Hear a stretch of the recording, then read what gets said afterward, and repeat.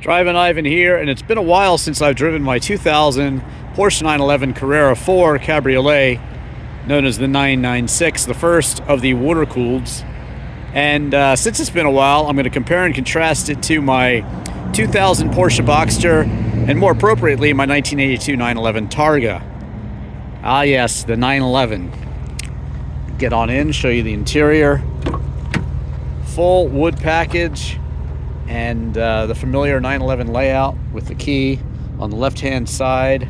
All of the familiar gauges that you find in 911s going all the way back to 1965, basically. Very similar. And yeah, they've gotten pretty comfortable now. The 996.1 is not as good as the 996.2. 996.2 has cup holders and a glove box, so that's how you tell them apart. One of the many ways you can, but well, it's all about the drive, isn't it? Yes, the driving.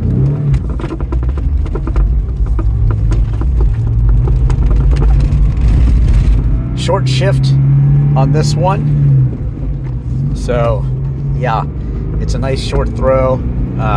Certainly not as smooth as like a Miata's shifter or a Ferrari H-gate, but it gets the job done. And the grip, oh man, grip really is astounding. Absolutely amazing. Still those familiar headlights, kind of with the deco flared hood. I love it. Up at 5,000 RPMs, you hear that engine just raving behind you. It's good, absolutely.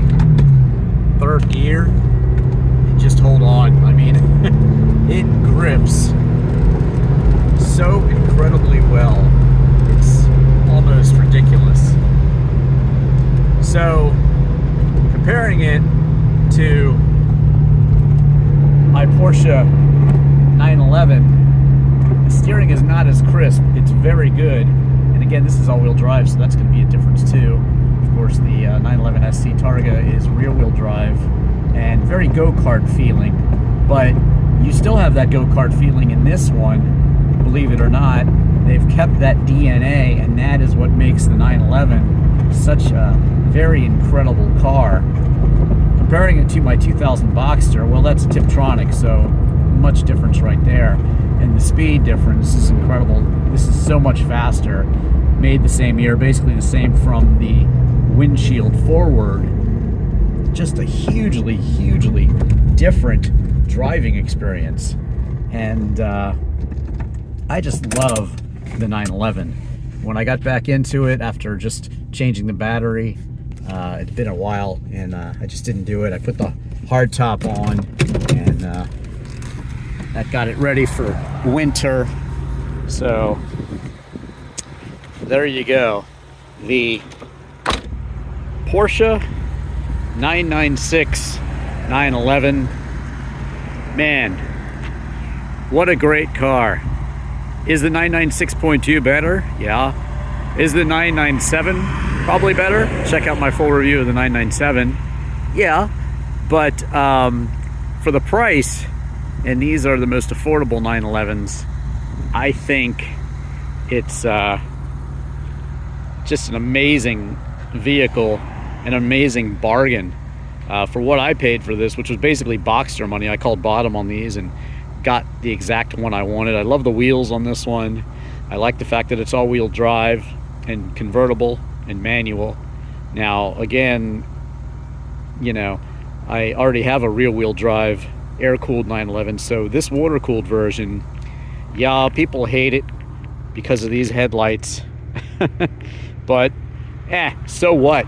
I mean, they've got kits to change that out if you want to, but love the car for what it is.